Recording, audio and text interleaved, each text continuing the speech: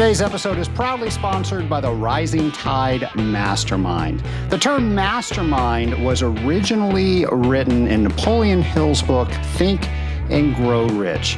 Before that, the earliest documentation that we have of a mastermind group was Ben Franklin's group that he used to meet every single week in a tavern that he called Huntus. Nation, there's no doubt about it. Life is too short to do it alone, and it's not very much fun to do it alone in. Nation, I urge you to go to scalinguph2o.com and find out if the Rising Tide Mastermind is right for you. I'd love to have a 15-minute call with you to explain all things Rising Tide Mastermind and see if this is a group that's right for you and you are right for the group. Go to scalinguph2o.com/mastermind. Welcome to Scaling Up H2O, the podcast where we scale up on knowledge so we don't scale up our systems. I'm Trace Blackmore, the host of the Scaling Up H2O podcast. I love saying that. I tell you, one of my favorite things to do is to record this podcast and to meet so many people out there in the Scaling Up Nation. If this is the first time you have listened to this podcast, the Scaling Up Nation is the term that we give to people that listen to the Scaling Up H2O podcast because we are a nation, we are a community, we are a tribe. We just get what is going on with each other. We understand our day-to-day, we understand our issues, and we are not alone. And I just can't say how many times being in the field and knowing that there is an army of industrial water treaters out there that are experiencing the exact same things that I am experiencing makes that day just a little bit better. Now, something we did with this podcast was try to put those people together because I can remember when I first started with my dad, I knew there were other people out there, but I had no way of really contacting them outside of maybe my own company. That was the premise that I wanted to start this podcast so many years ago. And we came up with the term Scaling Up Nation because we are a nation of industrial water treaters. And we've allowed people to get together to learn that, hey, I'm in the same industry as well. And the common starting talking point is I listen to the Scaling Up H2O podcast. I can't tell you how many stories that I have heard where people met other people and the breaking ice question or conversation that they had was over this podcast. I am just so humbled by that, and I am so fortunate that that is happening because, nation, as you know, this is the best industry in the world. And why not share it with other people in this industry? But it's hard to get to know those people. So I am glad that that is something that this podcast is allowing us to do. And thank you for being a member of the Scaling Up Nation. Now, I am also very excited because this week I am in Frisco, Texas, and I am teaching at the AWT Technical Training Seminar. So maybe you and I have already met, but if you are here, make sure that I get to shake your hand and thank you for listening to this podcast. And you might have heard me talk about different conferences that we go to as a Scaling Up H2O podcast. We have these buttons that we give out for you to put on your name tag, on your lanyard, and that lets everybody in that conference hall know that you are a member of the Scaling Up Nation, and that is an instant icebreaker for you to meet new people, for you to have a conversation with somebody else because you see that button on their lanyard. So many people keep the buttons. If you didn't keep yours, don't worry. If you don't have yours at this particular event, don't worry about that either because I have plenty make sure you find me. I will give you a button. I just ask that you look for other buttons and introduce yourself to them because they too are members of the Scaling Up Nation. Now, maybe you're not here with me this week, but you have another opportunity. April 17th through 20th, I'm going to be in Cleveland, Ohio with all my AWT friends. So maybe you want to attend that technical training. To find out more about the AWT's technical training, go to scalinguph2o.com. Go over to our events page. We'll have all of that information for you, including the American Chemical Society spring event. And that's going to be taking place in New Orleans, Louisiana, March 17th through 21st. And if you're a chemical professional, this is something that you would want to check out. All about sharing your passion for chemistry, connecting with all other people in the world's largest scientific society. That is the American Chemical Society.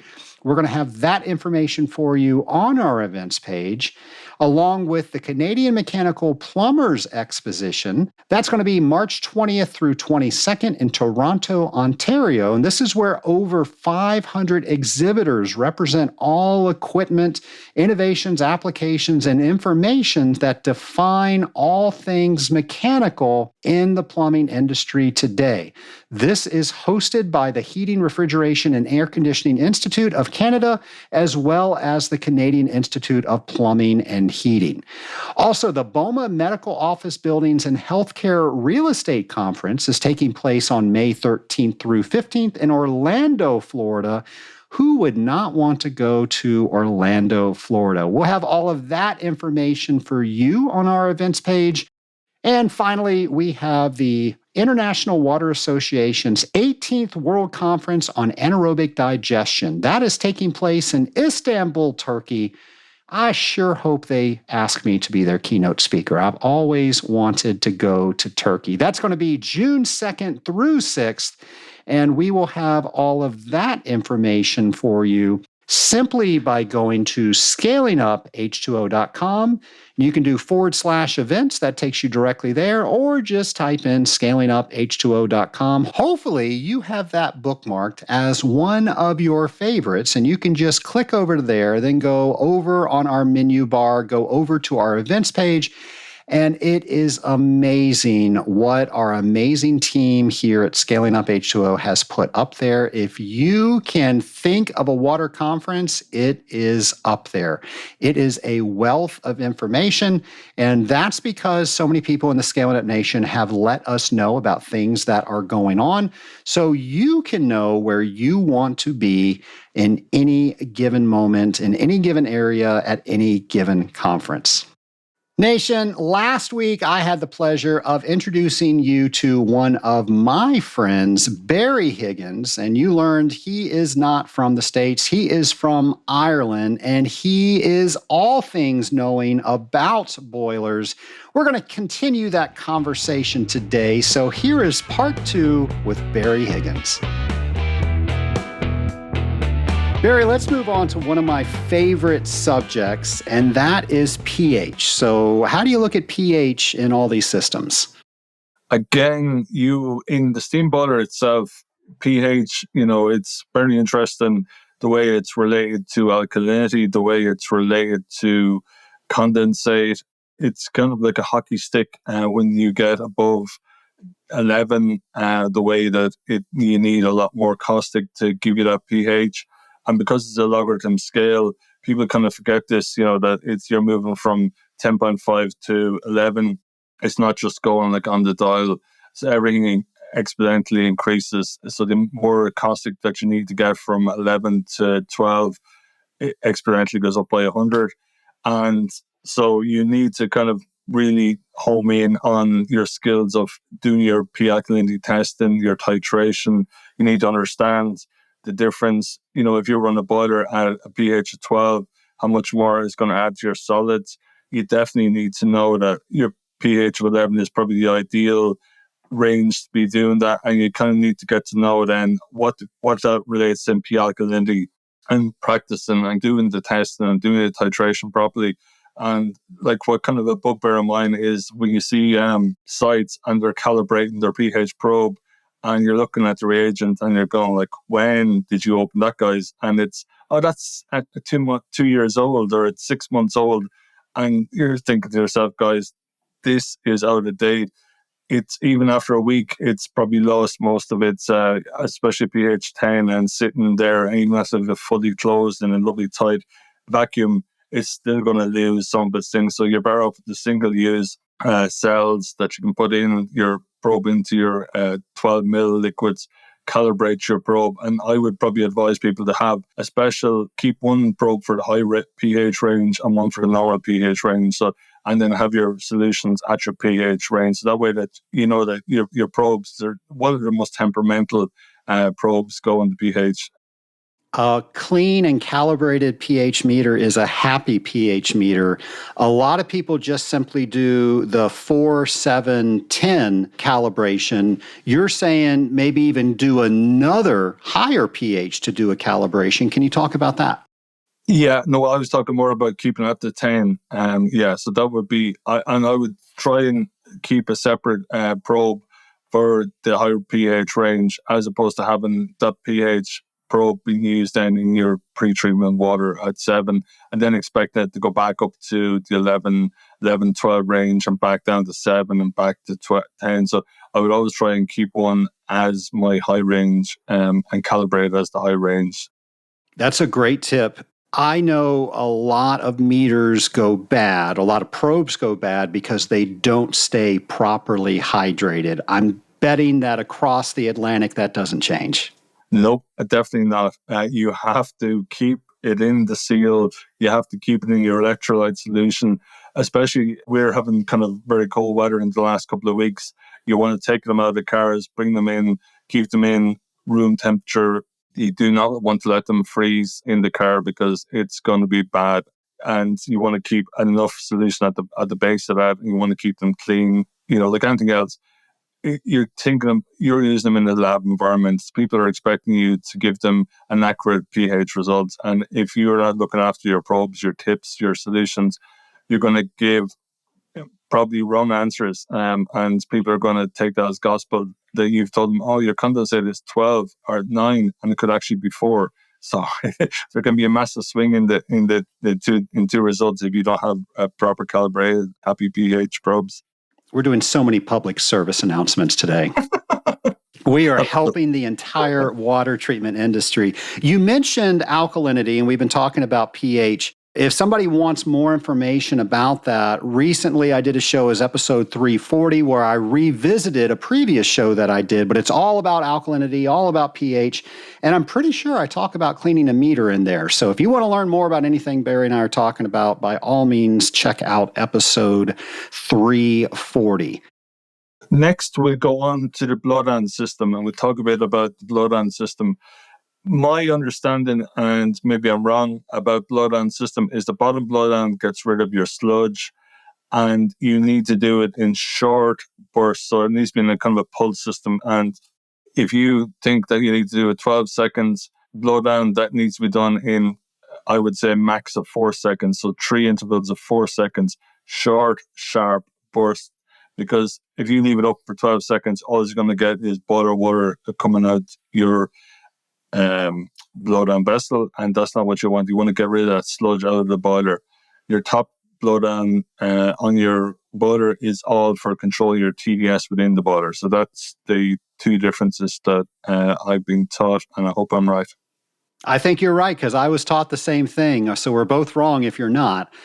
I remember my dad teaching me that you didn't want the bottom blow open for too long because it would create a vortex and would funnel steam. I later learned that there were plates that are over that to avoid that channeling from happening and sucking steam down. I guess it still could happen if you just left the thing open for a long amount of time. But you are exactly right. The whole point of that is to get the sludge off the bottom. And after about 4 or 5 seconds, you're not on the bottom anymore. You're now cleared that area and just boiler water's coming out. Yeah. So again, like it goes back to having clean surfaces running your boilers efficiently, you want to get, like if you think about it as a big kettle, you want to make sure that you're putting nice clean water in. I describe steam as fluffy, white, adorable steam. And if you either have dirty water or hard water, you're not going to get that lovely, white, fluffy steam that we see in the movies. So when you tell a customer how they should be blowing their boiler down, what instructions do you give them on the bottom blow? Again, so I asked them to do their weekly test or daily test, depends on the site, and to look at the number and to see, the TDS is going to take care of itself, hopefully, if it's working right. And then to do maybe a 10-second interval. So you divide it into 3 seconds. So you give it 3 blasts because you're going to do a half-second turn. And, if it's manual, if it's automatic, then happy days. It's even easier. Put it into program and walk away. But we still have a few sites that are manual or that their automatic is broken and they haven't got around to getting it fixed. So you still have to go back to the old school way of getting them to turn the key and to make sure that they close it and to feel the pipe after, making sure that it's not piping hot. So, Barry, I have learned when I tell somebody 2 seconds, 5 seconds, 10 seconds, depending on who's counting the seconds, that's all different times. Oh, yeah. So I have learned to teach people to count Mississippi, and I'm sure that probably doesn't translate over into Ireland. So people would go 1 Mississippi, 2 Mississippi, 3 Mississippi. What do you guys use over there? Yeah, no, it'd be something similar. It is a universal counter for seconds. We would use Mississippi as well. You're using Mississippi in Ireland, really? Who knew? There we go. Yeah, I kid you not. We have more in common than we do different, folks. That's with everybody. I love that. They're counting Mississippi. Now, here's something I find interesting. When I talk to people over in the UK and I talk about the BTU, the British Thermal Unit, they say, yeah, I know what it is, but we don't use it. Do you guys use BTUs over there? Again, no. We know about it, but yeah, it's not like it wouldn't be your everyday, day-to-day language of boilers there. There has to be a reason for all these terms out there that we use, but nobody knows. Barry, what about safety equipment? We talked a little bit about the sample cooler. Of course, I would count that as safety equipment, but there's all sorts of safety devices on a boiler. What are you looking at? You're looking at your low-level probes, you're looking at your high-level probes in the boiler, and you want to make sure that they're working. And in Ireland, we, as a legislation, as an insurance inspection, every week, the customer must take the boiler down, drop the boiler until it reaches the low level and the very low level and make sure them alarms are working. And that way then they know that potentially if there is an issue with foaming, priming in the boiler, that the boiler will cut itself out and protect itself and will look after itself in the safety. I think it was about my second year with AquaChem. I was looking after a site and there was a fatality on the site. Something had gone wrong that morning. The guy had tried to start the boiler for the factory. Something wasn't happening. Something short. They managed to short the start of the boiler, and there was 2 of the boiler guys. One of them was in the boiler house with him behind the boiler, and whatever happened, they back blew off the boiler, and one guy was killed and the other guy was severely injured because they tried to shortcut getting the boiler up to speed properly, doing it incrementally, and like that they pressed the turbo button, get me to steam in 2 minutes as opposed to get me to steam in 1 hour properly. So it's kind of definitely, it's an insurance risk here in Ireland that you have to do, check all your levels and check all your probes and make sure all these extra alarms are working for you. Yeah, a lot of accidents happen when we don't think we have time to do it right. And it's unfortunate there was a fatality with that. Luckily, I've never experienced anything like that, just damaged equipment. And as you were speaking with that, I was thinking I had a boiler inspection and the gentleman forgot that the boiler inspector was coming. So he quickly got all the water out of the boiler. And of course, it was too hot for the inspector to get there. So he got a water hose and started just trying to cool the boiler down as quickly as possible. Well, I can't tell you how many tubes that he cracked. And that boiler had to be retubed. So he didn't have time to wait for it to cool down, but then they had to wait for a replacement rental boiler to get the plant back up. So luckily, nobody died on that one. But folks, it's all about safety. It's all about keeping the equipment working the next day. There's a reason that we do things a proper way. Yeah, that's it. Like, you have to do it right, do it once, do it right, and not try and put your own life or other people's lives at risk. Is there anything you look for when you go into a boiler room that you want to make sure is working, everything looks right, just to make sure that there's no present danger? I would say your feed pumps, probably, like, again, listening for noises, listening for cavitation of pumps, listening for stuff that's loose, steam hammering. If you're in a boiler house with massive pipes and steam coming back and condensate coming back and leaks, and just anything that doesn't look safe, call somebody's attention and get them to repair it or get them to shut down. If it's looking like it's dodgy, it's definitely going to be dodgy. Something I like to do, especially during blowdown, bottom blowdowns, when you're either doing it or you're teaching somebody how to do it, is always teach them to listen for that feed water pump. Because if water's leaving, it should be coming back in.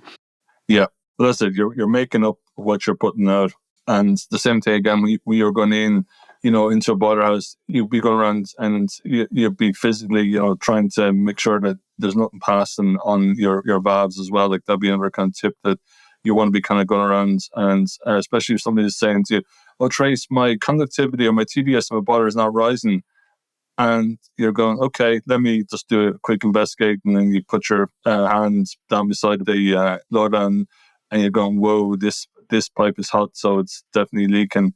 And somebody just hasn't sealed it properly, or they've just left it crack open. Like, so yeah, some little tips like that as well. Well, talking about all that, let's talk about boiler water levels. So, what should we be monitoring? And I think it's important for everybody to know that there's a high operating level and a low operating level, and we're normally somewhere in between that. For a new water treater that maybe hasn't experienced that, what are those limits and what should they be looking for? Okay, this is my vision and my thing looking at water is going to be denser than the steam that's going to be inside it. So it's always going to show when the boiler's under pressure, it's always going to show that it's a little bit lower. But you should know, like, that it's not going to be down at the very bottom and it's not going to be, at the top. You're looking for that it's steady kind of, and it's not moving. And another thing, what I would do when I'm in the boiler is I would flash the sight glasses and just even though the operators are meant to come in once a day and do it, some of them kind of forget, or they're so busy doing other things that a week go by and they mightn't actually get cleared out of it. So I think it's a good tip to do when you come in to do your services. The first thing is to check your sight glasses to make sure they're operating, and just watch the levels of the water, the way it's bouncing back up, and does it settle very quickly, and does it go to a level that you think that it should be at. So again, it's more probably experience. You're not going to know the first time you walk in. The second time you walk in, it's really just kind of looking at the gauge, the pressure in the boiler, and then kind of guessing between where the min and the max is, where the water levels are sitting at. Bear, if you walk in, you see a sight glass that's really rusty looking, what goes in your mind? We have a problem. And you would probably go and you would flash that glass, get all the water exchanged out, new water, and if it clears up, you're probably not that worried anymore, I would imagine. Yeah, no, that there's something happening on the steam side of it, so then that you're definitely having a problem with it. So again, yeah, it's like you want to kind of obviously check it, and as you said, if you're seeing even small little dribbles coming back down from the steam side, or if it's flashing up from the water side of it, it's just kind of to see where that corrosion or where that sludge is coming from. And it's kind of, like, if you see water dribbling back down the whole time from the steam side, then you know that your water is too high, even though the sight glass mightn't be showing it. So again, could we come back to our alkalinities? Is your pH alkalinity too crazy? Is a potentially getting foam starting in the boiler, or is it happening as it is? Like, so again, it's really just kind of looking for these little clues when you're doing your testing. Barry, I'm curious, what was your first aha moment with boilers? Because when we're first getting in this industry, everything's brand new. We think, oh my gosh, we're never going to get all of this stuff figured out. And then there's that one key piece of information that just makes other things click. Do you remember what yours was? I do, and it was actually my third day with AquaChem. I was brought out to site with a big pharmaceutical. We were setting up. I was with the boss. He was doing all the testing. I had my little kid with me, all brand new, shiny. He got a phone call. There was a problem on another site, and he says, "Barry, I have to dash. Will you just do the test and go and meet Tom after and just kind of explain to him?" I did the test, not really understanding. I got my 3 days training. I was out in the fields. I kind of understood a bit of chemistry, a bit of science. I was down explaining to Tom, and Tom was like, "What are you talking about? Like, that doesn't add up. That doesn't add up." And then I was like, "Oh my God, I have to come up with an answer here to Tom." So I looked at the sheets and I could see, right, okay, I could see like the TDS was off and I could see the controls. And I was trying to, okay, right, now Tom, deep breaths. Barry, you need to explain to Tom how he needs to get these controls back into, so he had a problem, the TS too high, and then he needed to take action to get the blowdown into control. So the red herring was obviously the sulfite was crazy high, but that was because the blowdowns weren't working. And I think like from there, like my kind of brain then just switched on and I was able to kind of go, wow, I love water treatment. I can see problems and I can now solve them with very little kind of understanding of what I was actually doing, but it was kind of just seeing a problem and able to fix it. And obviously having a bit of science in the background was obviously a big bonus. Like I wasn't coming in completely green to the water treatment industry. So I knew the kind of science, I knew like how chemistry should work in theory, but really seeing it on paper and seeing that problem, then it was definitely, that was my aha moment. As a trainer, that's one of my favorite moments when I see somebody figure out that keystone that allows all the other information to fit in. And they're like, oh, it's not all separate. It actually does work together. I see it now. So Scaling Up Nation, hopefully you've had that moment, or if you're training somebody, try to train towards that moment and make sure that people understand why you're training a certain way and why something matters, that you know something before you teach something else. Because a lot of that will help with that keystone moment. Yeah, definitely. Yeah, it's all about matching it. You've seen it on paper, but in your brain connecting the dots. Barry, we have a lot of people that will give this podcast out to people that are thinking about going to work in this industry. What words of advice do you have for somebody that's thinking about becoming an industrial water treater? Don't think, just act. Jump in. You'll love it. You will not regret a day of it. It's consuming. You're dealing with people, you're dealing with water, you're dealing with problems. If you like to solve problems, if you like to use your brain to think about stuff, it's a job for life. And it's something that 2 days in a row will never be the same. You will never, ever in your life have 2 days that will be the exact same. I love that. Barry, I wouldn't be doing justice if we didn't talk about the mastermind a little bit, because you and I would not have met without the mastermind. You found the mastermind through this podcast. I'm curious, what made you contact us and say, I want to learn more about the Rising Tide Mastermind? I think the key for me was one day I was listening and you were doing a brilliant job of explaining that you're not alone.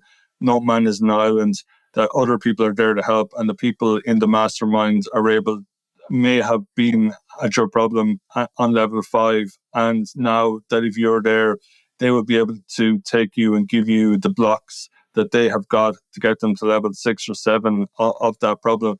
So that kind of awoke my kind of suspicion, curiosity. So I said, right, I'll make the call. And then I got talking to yourself, Trace, and I was like, yes, definitely, this sounds like a group for me, because sometimes you feel like you're on your own. You feel like that you can only get so much from a book, and by meeting with other people and meeting with some geniuses and some really, like, everybody is completely different in their way of thinking, and nobody will ask the same question. Like we do this in the middle, and people have to ask clarifying questions. And so it took me a while to get my brain around asking clarifying questions, because my initial thing would be to jump in with an answer, offer a solution. And it kind of like, it's a way of training your brain to actually think about their problem and, think about in their shoes, and then seeing how you can, not offer solutions straight away, but ask a question about their problem.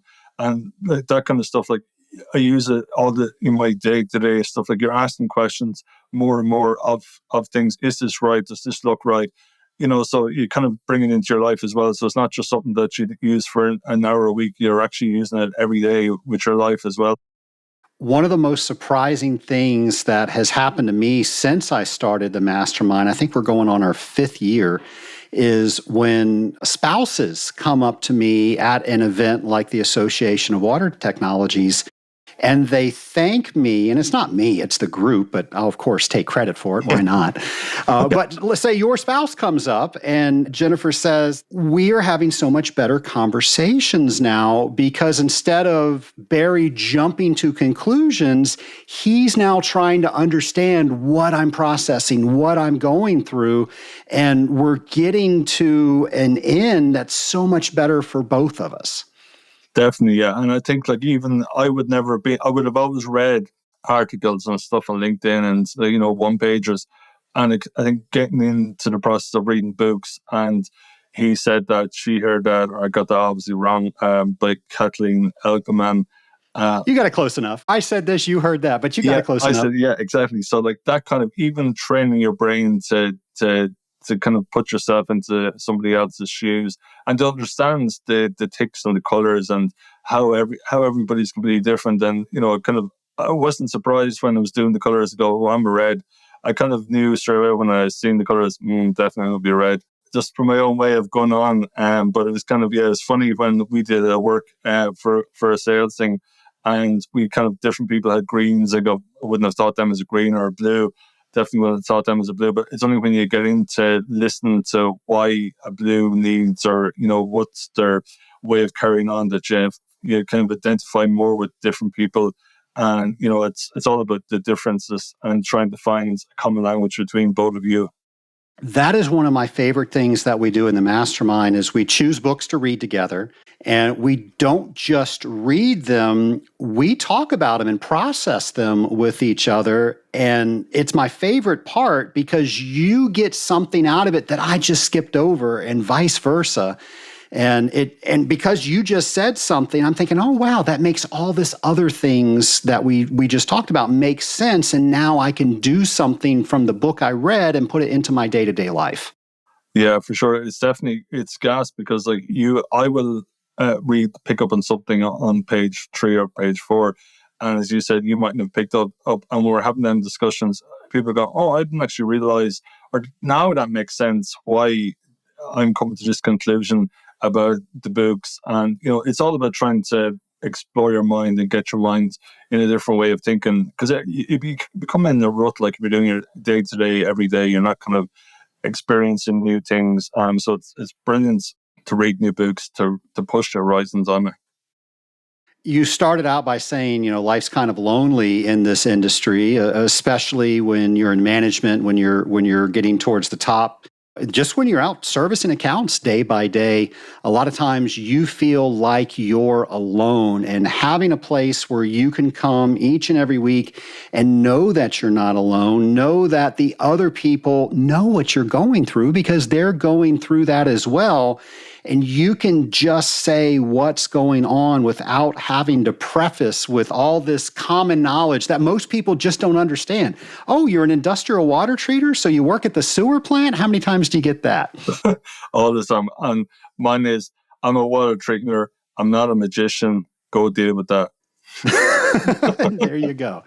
There you go. Well, Barry, I love having you on the mastermind calls each and every week, and I love having you on this podcast. So thank you so much for sharing the document that you so graciously shared with the world on social media, but then going through it line by line so everybody in the Scaling Up Nation can understand boilers just a little bit better. But I'm not done with you yet. I've got some lightning round questions for you if you're ready. Okay, hit me up. All right, my first lightning round question. So you're going to go back to your very first day as a water treater. And if you could talk with yourself on that very first day, what advice would you give? I would say be bold, take the decisions, make all the hard decisions that come your way. Don't scare from them. You're going to have a roller coaster. It's going to be up, it's going to be down, but just go with the flow and learn. And take, if you get a knock, get back up again, and learn from why you failed, and just keep going. And I think that's my advice to myself on day one. I'd love to have heard that. I think that's great advice for everybody listening. What are the last few books that you've read? Again, it's more on Audible. Physically, I don't read books, but I listen to them again when I'm in the car, and would be Traction Drive by Daniel Pink. And one I'm reading at the moment is by an Irish author, Michael Harding. It's All the Things Left Unsaid. And he narrates it himself, and he's got this lovely, silky, kind of soft Irish dusty tones. And it's kind of a heartwarming kind of tragedy, kind of about his life and about people who have died, and he's trying to talk to them. Yeah, so it's kind of very interesting. I'm nearly finished it, so. I listened to Audible as well, and I had a guest right around this time last year challenging me to listen to Audible faster than I was listening. Do you do that? Do you listen to more? Yeah, I've trained my ear now. I think I'm on 2.3 is the highest I can go without losing everything, so kind of 2.3 is the kind of highest I can get at the moment. But I want to try and obviously push that a bit further. The gentleman that I was talking with on the podcast, he was at 3.5. And I don't know if I'll ever get there, but I was at 1.5 when he challenged me. And now, depending on the author, I can go up to about 2 to 2.5, just depending on how the author's speaking. Yeah, that's it. It depends on the way it starts off. But yeah, it's like, I'd say 3.5. Whoa, my brain would take out in here. It was amazing. He said, pull up one of the books that you have and play it for me. And he could tell me every single word. So he could do it. Yeah. Crazy. When somebody makes a movie about Barry Higgins, who plays Barry? Oh my God. Who plays Barry? There's an Irish actor, Aidan Gillen. I think I would love him to play me. He's in Game of Thrones and he's in Mayor of Kingston. So he's definitely one I would like to see play. All right. Now I'm familiar with Game of Thrones. Which character was he? He was Littlefinger. Got it. Last question. If you could talk with anybody throughout history, who would it be with and why? This is a kind of a strange one, yeah. We were on holidays in Ireland down in Waterford about 6 years ago, and we're in Lismore Castle. It's a really big, kind of fancy old castle. And on the walls, there was a guy, Robert Boyle, who was born there in the house. And he was born in the 1600s, and he was credited with Boyle's law.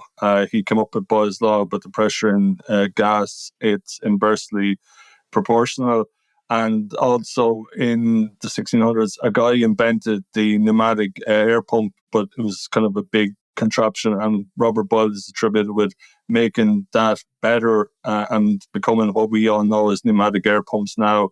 And he was one of the first modern scientists, a chemistry people and alchemist of his time. So it's definitely somebody I wouldn't mind going and having a pint of beer with and chatting the breeze. And I assume that beer would be Guinness. Hopefully, yeah. I had a Guinness every single day while we were over there. We got to tour the facility, and we don't serve it right over here in the States. I learned the proper way, and I'm not going to say it because I'm going to insult you. So what's the proper way to enjoy a Guinness? So it's two pour. So you do 3/4 of the glass. You let that settle for about till it fully goes nice and kind of brown on the bottom, and then you top up with the top, so you get the creamy nitrous on the top, and then you just drink it down, and you see the lines on the glass, and then you know you had a really good pint. I love the story about Guinness. They actually burnt the hops and they didn't want to throw it away, so they took it out to the dock workers. They loved it, and that became their new formula. Yeah, it's crazy. It's crazy to think like that it's growing into such a worldwide phenomenon, and like for it being an accident. Barry, we are bringing our two nations together and we are learning all things water treatment. Thanks for coming on the show. No problem, Trace. It was an absolute pleasure. Thank you. Nation, Barry is just a delight to work with, to know, to have in the mastermind, to process issues with. And I know after hearing him over the last two episodes, you know exactly what I'm talking about. Just an amazing guy. And I want to tell you, when I was in Grand Rapids last year at the Association of Water Technologies conference, my wife, my son, and I went to a real quirky restaurant for breakfast. And I can't even remember what I got, but it came with squid ink rice. And I'm not a big rice eater, but I saw that and it had like homemade spam. There wasn't really spam. They called it something else, but I'm from the South. It was spam. It was homemade though. And it was the most interesting thing on the menu. I would have never ordered it, which is the reason that I ordered it. And the waitress was great. She was an experience in herself in the restaurant. The restaurant had all this quirky stuff on the wall, and it was just a really neat place. So we were having a great time just enjoying my family's company and being in the restaurant. And by the way, some of the best salespeople I have ever met work as servers in restaurants, and she could probably sell you anything that you may not want to buy, or maybe that you do. She was just fantastic because she told stories. Everything on that menu, she had a story about, and you can just envision what she was saying as she was telling the story. That's what sales is, and that's what I remember about that restaurant. But the reason I'm telling you this story, Scaling Up Nation, is right after we paid the bill, right after we got up and we decided to take a walk through the city, I heard the same voice you just heard a couple of minutes ago. He yelled out, "Trace!" And it was Barry Higgins here on American soil in Grand Rapids. And as I mentioned, I had no idea how tall Barry was. I'm 6'4".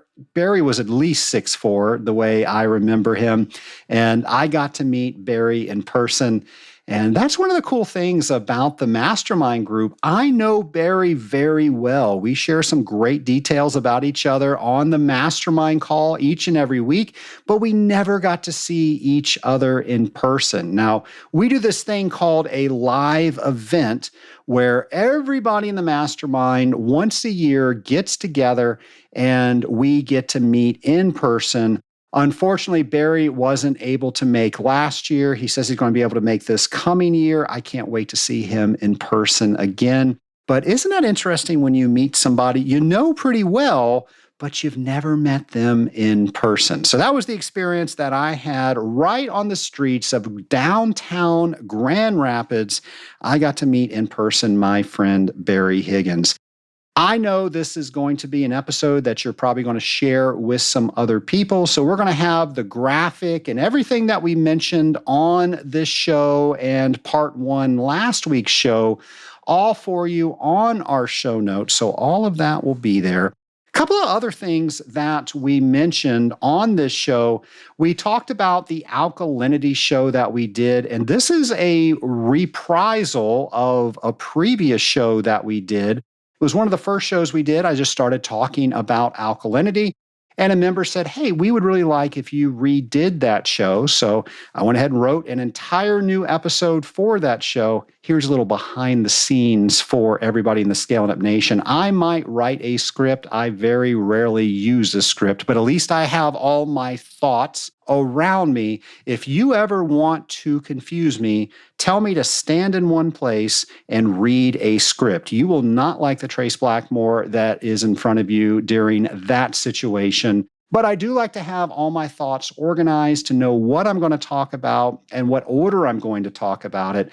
But I have to tell you, until I start talking about it, I could not tell you what's going to come out of my mouth. And you all in the Scaling Up Nation get to be a part of that each and every week. I'm so glad you guys enjoy that, because I got to tell you, that's the only mode that I have. So some of the things we talked about was episode 340, which was that new alkalinity episode. But Barry also brought up the book, I Said This, You Heard That. And of course, if you've listened to this podcast, you've heard me talk about Kathleen Edelman. She has been on the podcast officially 3 times. The most recent was episode 281. We had her on World Kindness Day.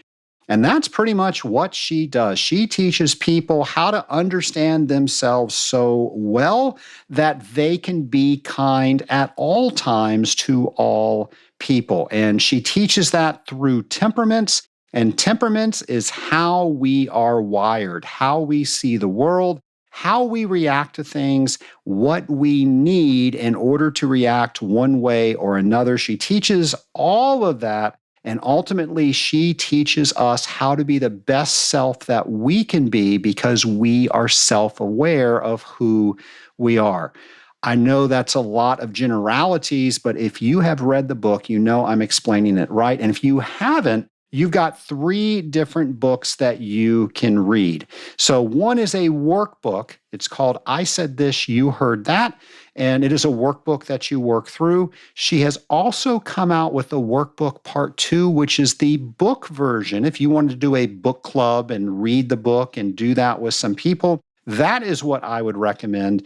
And then everything she has ever put together on temperaments is in the last book I'm going to mention, which is The Adult's Guide to Kids Wiring. And on episode 281, I asked her, why didn't she just write a book for adults? And she said, I'm sorry, Trace, were you never a child?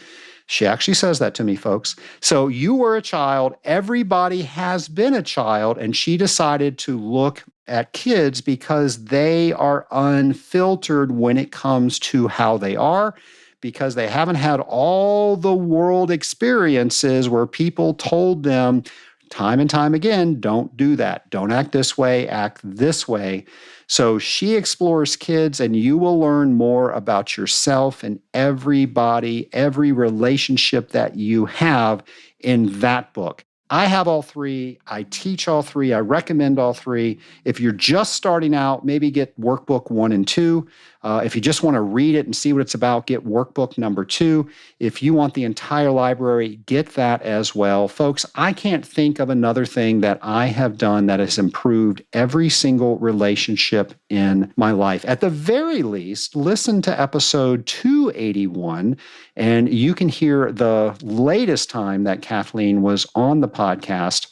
Again, I can't thank her enough for how she helped myself make me the best Trace that I can be, because I understand myself a little bit better. And I am able to be a better Trace to other people that are in my life. Nation, I love it when we talk about previous podcasts, because we have a library out there of just about any topic you can think of, water treatment and business related, that is out there. Of course, we're thinking of new things. We are trying to come up with new things. We have 350 plus episodes now. We're going to have 350 plus episodes more. We can only do that with your help. So what's the next thing you want to hear on this podcast? Maybe it's a guest, maybe it's an idea, maybe it's a book, whatever it is. Don't keep that to yourself. Go to scalinguph2o.com and go over to our ideas page where you can share all of that with us. Nation, somebody that shares something with us each and every week is our friend James McDonald. Here's a brand new Drop by Drop with James.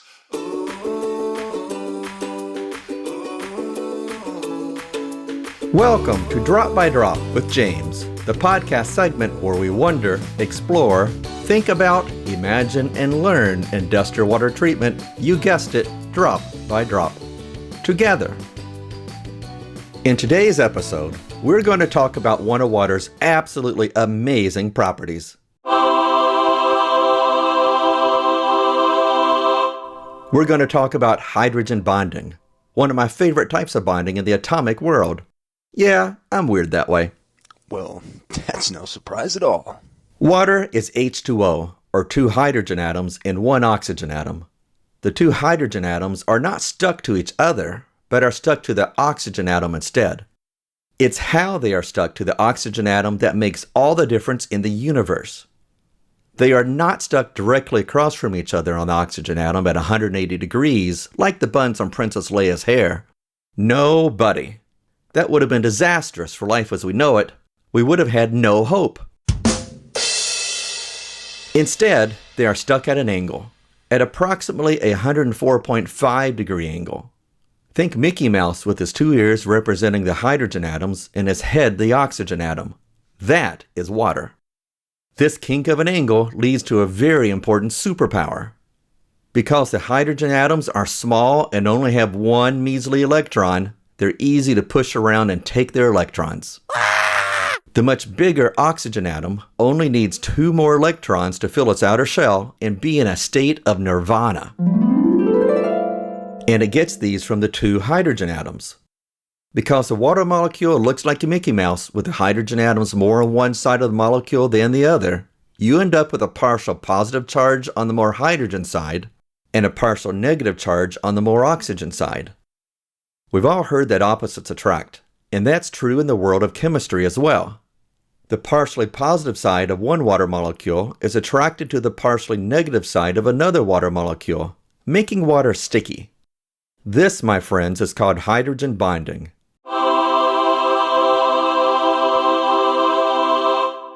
It doesn't just end with water molecules sticking to each other, though. Water molecules will also be attracted to other positively and negatively charged ions too.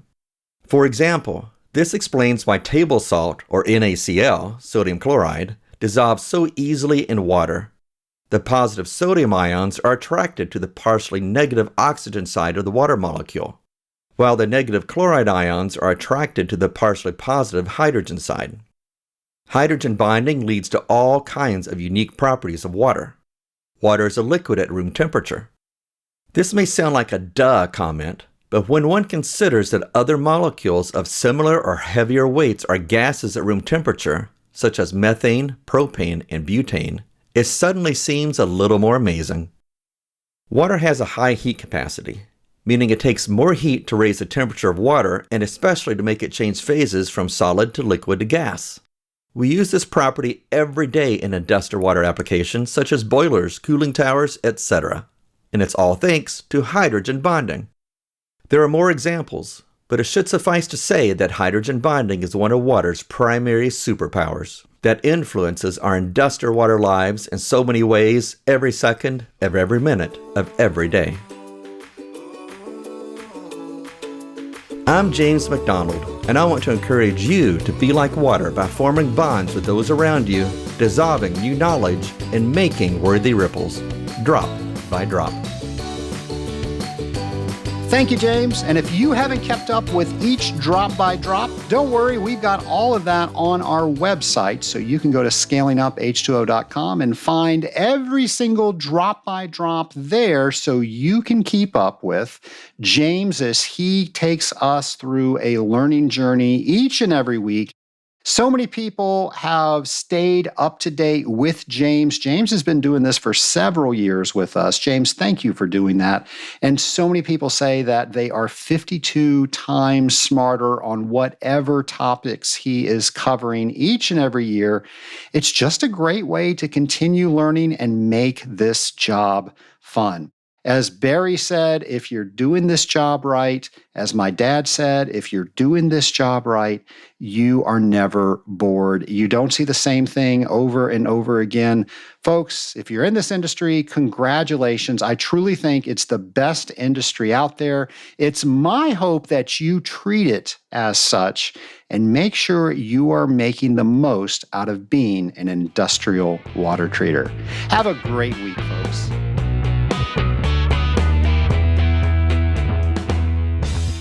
Scaling Up Nation, it is time for you to prove to the industry, your boss, your peers, and most importantly, yourself, that you are among the best in the industry. And the best way that I can think of to do that is to get your Certified Water Technologist designation. To help prepare you to sign up for that CWT examination, we prepared an entire course designed to build your confidence so you can sit for the CWT examination. Go to scalinguph2o.com/CWT prep. Once again, that's scalinguph2o.com/CWT prep today.